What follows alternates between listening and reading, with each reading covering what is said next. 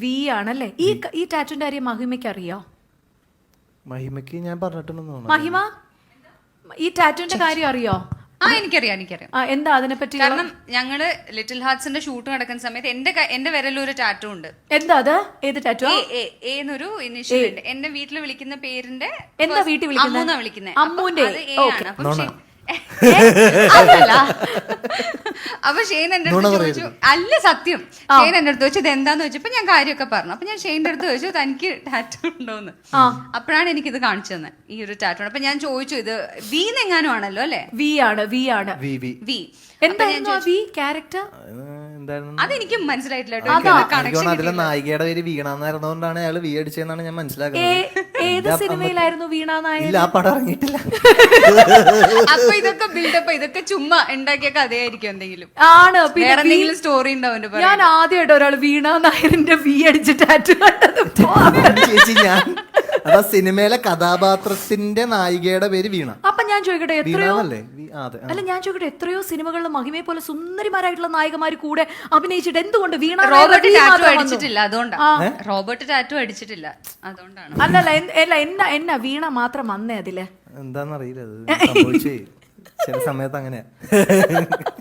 Okay, അപ്പൊ tattoo ഇതായിരുന്നു ഉണ്ടായിരുന്നു, അത് മാറ്റിയതാന്ന് പറഞ്ഞു മഹിമ. All good. അടുത്ത മൂന്നാമത്തെ ചോദ്യം. What is Shane Nigam phone number? Phone number ഏറ്റവും കൂടുതൽ ജനങ്ങൾ തെരഞ്ഞിരിക്കുന്നത്, എനിക്കോടത് പെൺകുട്ടികളാണ് തെരഞ്ഞെന്ന് തോന്നുന്നു. ഒന്ന് വിളിച്ച് സ്നേഹം പറയാനൊക്കെ പറയുന്നില്ല. എന്ത് പറയാൻ? ഫോൺ നമ്പർ ഞാൻ പറയാൻ അത് വേണ്ട. ഞാൻ ഒരു തവണ വലിയൊരു ആവേശത്തിൽ കൊടുത്തതാണ്. എവിടെയാ കൊടുത്തേത്? ഏതൊരു ഇന്റർവ്യൂല് പണ്ട്. എന്നിട്ട് ആൾക്കാർ വിളിയായിരുന്നോ നിരന്തരം? അത്യാവശ്യം. പിന്നെ നിരന്തരം എന്നുള്ളതല്ല, മെസ്സേജുകൾ കുറെ കിടക്കുമായിരുന്നു. ഇടയ്ക്ക് അതിനകത്ത് ചീത്ത വിളിക്കേണ്ടി വല്ല വന്നിട്ടുണ്ടോ? ഇനി മേലിൽ വിളിച്ചു വരുന്നല്ലോ? ഇല്ല, ഞാൻ ആ ഫോൺ സംഭവം മാറ്റി വെക്കും. നമുക്ക് ആണല്ലേ. അപ്പൊ ഇതാണ് ഫോൺ നമ്പർ. ഇഷ്ടം കൊണ്ട് വിളിക്കണല്ലേ, നമ്മൾ അവരെ ചീത്ത വിളിച്ചിട്ട് എന്തായാലും അല്ലേ? അതാ സത്യം. അടുത്ത ചോദ്യം. ഏറ്റവും കൂടുതൽ ആൾക്കാർ തെരഞ്ഞെടുക്കുന്നത്? അത് കൊള്ളാം, നല്ലൊരു ചോദ്യമാണല്ലോ ചോദിച്ചത്. എന്നാപ്പാ? സൂപ്പർ. വാട്ട് ഈസ് എന്താണ് Shane Nigam മോളിവുഡ്സ് rich young actor? ഞാൻ കണ്ടില്ല, ഒന്നുകൂടി. Shane Nigam മോളിവുഡ്സ് rich young actor. Shane Nigam ആണോ മലയാളത്തിലെ ഏറ്റവും റിച്ച് ആയിട്ടുള്ള യങ് ആക്ടർ? ഇത് ഗൂഗിൾ കള്ളം പറയില്ല. കറക്റ്റാണ്. ടാലന്റിന്റെ കാര്യത്തിലാണെന്ന് മഹിമ. രക്ഷപ്പെട്ട, അല്ലെങ്കിൽ ഇപ്പൊ GST കയറി നശിപ്പിച്ചേനെ. അല്ല തെസ്റ്റ് ചേച്ചി, അതില് എന്നാ പറയുന്നു? സത്യമാണ്. പിന്നെ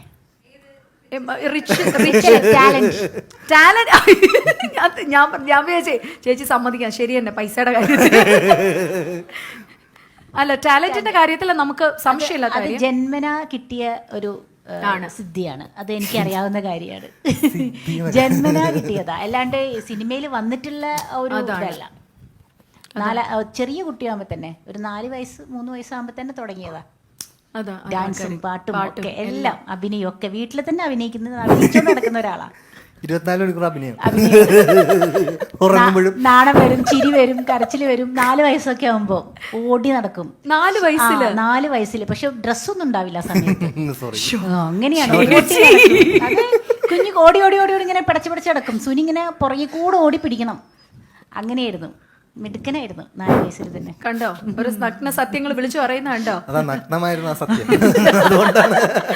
നഗ്നമായ സത്യങ്ങളൊക്കെയാണ്. അല്ല, ഞാൻ ഇത്രയും വളരെ ചെറുപ്പത്തിലേ തുടങ്ങിയോണ്ട് ഞാൻ ചോദിക്കുകയാണ്, ഇപ്പൊ റിച്ച് യങ് ആക്ടർ ആണോ എന്നാണ് പ്രേക്ഷകർ അറിയുന്നത്. മണി മാനേജ്മെന്റ് എന്തെങ്കിലും ഉണ്ടോ ഷെയ്ൻ? ഭയങ്കര ബോറാണ് എൻ്റെ മണി മാനേജ്മെന്റ്. വളരെ എന്ന് വെച്ച് കഴിഞ്ഞാൽ ആ ഒരു ഏരിയ നമ്പേഴ്സിന്റെ പരിപാടി തീരെ ഓടാത്തൊരു വ്യക്തിയാണ്. അതായത് ബാലൻസ് നോക്കി, അക്കൗണ്ട് ബാലൻസ് നോക്കി പെരുമാറാത്തൊരു വ്യക്തിയാണ്. ആണോ? എന്തിനാണ് ഏറ്റവും കൂടുതൽ ഈ കിട്ടുന്ന പൈസ വിനിയോഗിക്കുന്നത്? എന്തിനായിരിക്കും ഷെയ്ന്? അതാത് സാഹചര്യങ്ങൾ അനുസരിച്ചിട്ടാണ്. പണ്ടൊക്കെ എന്ന് വെച്ച് കഴിഞ്ഞാൽ എൻ്റെ അടുത്ത് വന്ന് വിഷമം പറയുന്നവർക്കൊക്കെ ഞാൻ പൈസ കൊടുക്കുമായിരുന്നു. അതെന്താന്ന് വെച്ച് കഴിഞ്ഞാൽ എനിക്ക് അത് അങ്ങനെയൊക്കെയുള്ളൊരു ചെറിയ എന്താണ് പറയാ, അത്രയും മനസ്സിലാക്കാൻ, അതായത് ഇവര് മുതലെടുക്കാണ് സജി എന്ന് മനസ്സിലാക്കാൻ ഉള്ള ബോധമില്ലായിരുന്ന ഒരു ടൈമിൽ, കുറച്ചധികം നാൾ മുമ്പ് എന്ന് വെച്ചാൽ നമ്മുടെ കയ്യിൽ ഇൻഡിപെൻഡൻ്റ് ആയിട്ട് പൈസ വന്ന സമയം അങ്ങനെ. പക്ഷെ അതൊന്നും ഞാൻ അത്ര പ്രോപ്പറായിട്ട് കൊണ്ടുവരുന്നില്ല. പിന്നെയുള്ളൊരു സംഭവം എന്ന് പറയുന്നത്, പിന്നെ നമ്മുടെ മലയാളം ഇൻഡസ്ട്രിയിലുള്ള പ്രൊഡ്യൂസേഴ്സ് ഇച്ചിരി അധികം അത്തരം കാര്യങ്ങളിൽ പൈസയുടെ പരിപാടികളിലൊക്കെ കുറച്ച് ഉള്ളതുകൊണ്ട് തന്നെ എനിക്ക് അധികം, അതായത് ഇപ്പോൾ കമ്മിറ്റ് ചെയ്തതിനേക്കാളും പൈസ കുറവൊക്കെ ആയിരിക്കും പലപ്പോഴും നമുക്ക് കിട്ടുക. അപ്പൊ പിന്നെ അതിനൊന്നും നമ്മൾ ഈ പറഞ്ഞ ഒരുപാട് അല്ല എഗ്രിമെന്റ് ഒക്കെ സൈൻ ഒക്കെ ഇല്ലേ നമുക്ക് അങ്ങനെ അതൊരു ശരിക്കും പറഞ്ഞൊരു ചെറിയ കോൺട്രവേഴ്ഷ്യൽ ടോപ്പിക്കാണ്. കാര്യം എൻ്റെ ഒരു അനുഭവത്തിൽ കുറേ നാൾ മുമ്പാണ് കേട്ടോ, ഇപ്പൊ ഈ അടുത്തുള്ളതൊന്നും അല്ല, ഒരു 4-5 ഇപ്പൊ എനിക്ക് ഒരു 4-5 കൊല്ലമായി നമ്മുടെ എഗ്രിമെന്റിൽ വൈറ്റ്നറിന്റെ ഒരു വെച്ച് മായ്ച്ച ഒരു എഗ്രിമെന്റിൽ പോലും ഞാൻ അതിൻ്റെ ഒരു ഇതായിട്ട് ചെന്നപ്പോഴത്തേക്കും അത് അംഗീകരിച്ചിട്ടുണ്ടായിരുന്നില്ല. അപ്പോൾ ബേസിക്കലി അത് may be there are many things. അത് നമ്മളിപ്പോൾ അതിനൊരു ഇപ്പം ഈ ഒരു ആംഗിളിൽ നിന്ന് നോക്കുമ്പോഴത്തേക്കും മേ ബി അന്ന് നമുക്ക് കിട്ടാൻ സാധ്യതയില്ലാതിരുന്ന ഈ പറഞ്ഞ നീതി എന്ന് വിചാരിക്കുന്ന സാധനം നമുക്ക് അത് ബേസിക്കലി നമ്മളുടെ സ്റ്റാർ വാല്യൂ അനുസരിച്ചിട്ടാണ് എന്നാണ് ഞാൻ മനസ്സിലാക്കുന്നത്. നമുക്ക് കുറച്ചും കൂടെ വാല്യൂ വരുമ്പോഴത്തേക്കും നീതി ഓട്ടോമാറ്റിക്കലി കിട്ടുന്ന ഒരു സംഭവമാണ്. അല്ലാണ്ട് അതിനു മുമ്പ് നമ്മൾ ഫൈറ്റ് ചെയ്യാൻ പോയി കഴിഞ്ഞാൽ നമുക്കത് കിട്ടില്ല എന്നുള്ളതാണ് എനിക്ക് മനസ്സിലായത്. അനുഭവം കൊണ്ട് മനസ്സിലാക്കേണ്ടി വന്നു എന്ന് മാത്രം. ടാലന്റിന്റെ കാര്യത്തിൽ അല്ലേ ചേച്ചി മഹിമയൊക്കെ പറഞ്ഞ പോലെ ദ റിച്ചസ്റ്റ് യങ് ബ്ലഡ്.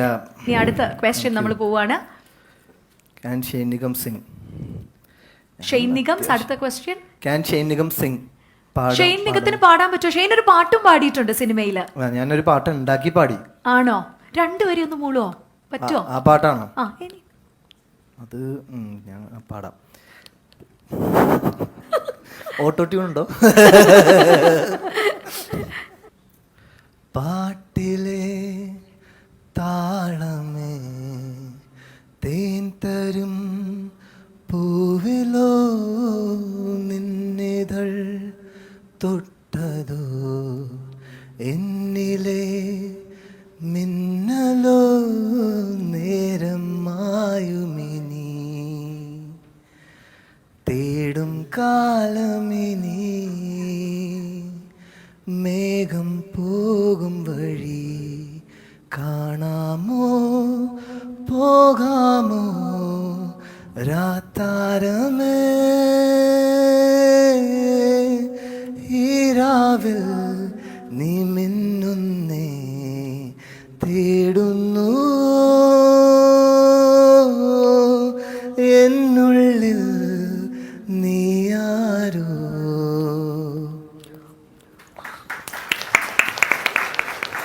ഞാനൊരു സത്യം പറയാം നല്ല എക്കോ. അതല്ല, ഒരു പ്രാക്ടീസോ ഞങ്ങളൊന്ന് ഡിസ്കസ് ചെയ്തല്ല, ഓൺ സ്പോട്ട് ഷെയ്ൻ പാടിയതാണ്. ഒരു എഫക്റ്റ് ഒന്നും ഇല്ലാതെ അടിപൊളിയായിട്ട് പാടി കേട്ടോ. ഇപ്പോഴും എനിക്ക് തോന്നുന്നു അമൃത ചാനലിന്റെ ഒരു റിയാലിറ്റി ഷോയ്ക്ക് ഓഡീഷന് ഷെയ്ൻ പാടാൻ പോയതിന്റെ വീഡിയോ ഇപ്പോഴും ഭയങ്കര സോഷ്യലി വൈറൽ ഇങ്ങനെയുള്ള കുറേ സാധനങ്ങളുണ്ട്. അല്ല, പണ്ടത്തെ ഷെയ്ന്റെ സാധനങ്ങളൊക്കെ ഈ കുത്തിപ്പൊക്കൽ ഒരു സംഭവം ഇറങ്ങിയിട്ടുണ്ട്. എപ്പോഴെങ്കിലും അയ്യോ ഇത്രയും വേണ്ടിയിരുന്നില്ല എന്ന് തോന്നിയിട്ടുണ്ടോ ഷെയ്നെ? വിചാരിച്ചിട്ട് കാര്യമൊന്നുമില്ലല്ലോ, എന്ത് ചെയ്യാനാണ് ഇതൊക്കെ സംഭവിച്ചല്ലേ. നമ്മള് ഇനിയിപ്പോ വേണ്ടാന്ന് പറഞ്ഞിട്ട് കാര്യമൊന്നുമില്ലേ. പക്ഷെ അത് എൻജോയ് ഈ ട്രോളൊക്കെ ഷെയ്ൻ കാണാറുണ്ടോ? അതൊക്കെ പിന്നെ ക്യൂട്ടാണ്, കുറച്ച് കുഴപ്പമില്ല, ഓക്കെയാണ്. എൻജോയ് ചെയ്യോ അതോ ഇതൊക്കെ കണ്ടിട്ട് ഇത് ഇത്തിരി കൂടിയല്ല എന്നെ ചെയ്തേക്കുന്നെന്ന് തോന്നിയിട്ടുണ്ടോ?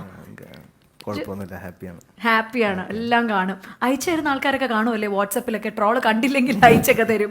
അങ്ങനെയൊന്നും അയച്ചു, എന്റെ നമ്പർ ഉള്ളവരങ്ങനെ അധികം, അത് വളരെ കുറച്ച് പേർക്ക് ഉള്ളു, അതുകൊണ്ട് അങ്ങനെ അധികം ഇല്ല. പക്ഷെ ഒരു കയ്യടി കൊടുക്കണം കേട്ടോ, പാട്ട് ഞെട്ടിച്ചു കളഞ്ഞു, അടിപൊളി. ഏതെങ്കിലും പെൺകുട്ടികൾക്ക് വേണ്ടി സ്കൂൾ ടൈം കോളേജ് ടൈമിൽ പാടി കൊടുത്തിട്ടുണ്ടോ ഷെയ്നെ? ഇല്ല, പാടിയിട്ടേ ഇല്ല. അടുത്ത ചോദ്യം. Okay, Is Shane Nigam in love with someone?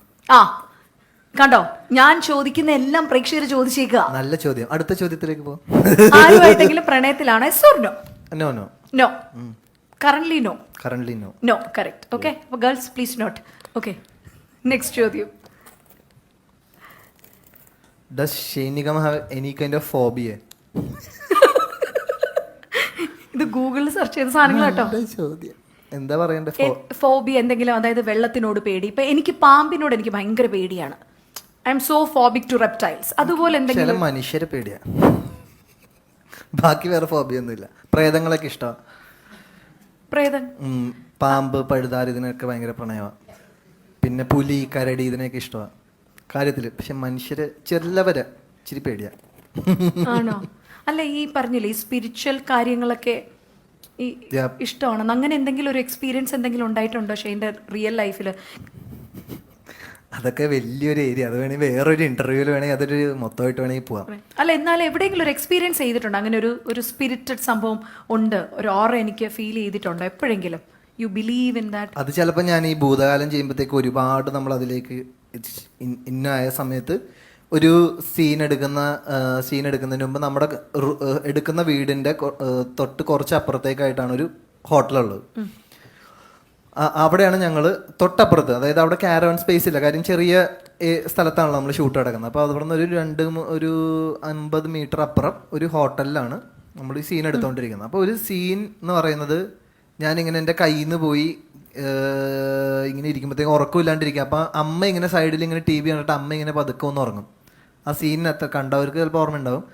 അങ്ങനെ ഉറങ്ങുന്ന സമയത്ത് പെട്ടെന്ന് എന്തോ ഒരു സൗണ്ട് കേട്ട് ഞാനിങ്ങനെ അടുക്കള ഭാഗത്തേക്ക് ഇങ്ങനെ നോക്കും എന്ന് പറഞ്ഞൊരു സീനുണ്ട്. അപ്പോൾ ആ സീനിന് വേണ്ടിയിട്ടുള്ള പ്രിപ്പറേഷൻ്റെ ഭാഗമായിട്ട് ഞാൻ അടച്ച് ഇരിക്കുകയാണ്. അപ്പോൾ എല്ലാ സീൻ എടുക്കുന്നതിന് മുമ്പും ഒരു കുറച്ച് സമയം ഒറ്റയ്ക്ക് ഞാനിങ്ങനെ ഇരിക്കും. പക്ഷെ ആ പെർട്ടിക്കുലർ സീൻ എടുക്കുന്ന സമയത്ത് പെട്ടെന്ന് എൻ്റെ ഹോട്ടൽ റൂമിൻ്റെ വിൻഡോ ഇങ്ങനെ തുറന്നു കിടക്കുമായിരുന്നു.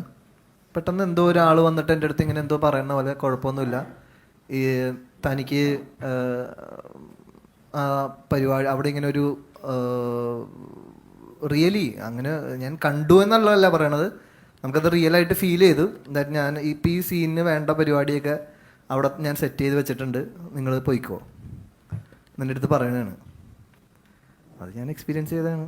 അപ്പം അങ്ങനെ നോക്കിക്കഴിഞ്ഞ് കഴിഞ്ഞാൽ ഡേ ടു ഡേയിൽ ചില അങ്ങനെ അത്തരം നമ്മൾ കാണാത്ത ലോകത്തിൻ്റെ ഇടപെടൽ പല സമയത്തും എൻ്റെ ലൈഫിൽ ഉണ്ടാവാറുണ്ട്, ഇപ്പോഴും ഉണ്ടാവാറുണ്ട്.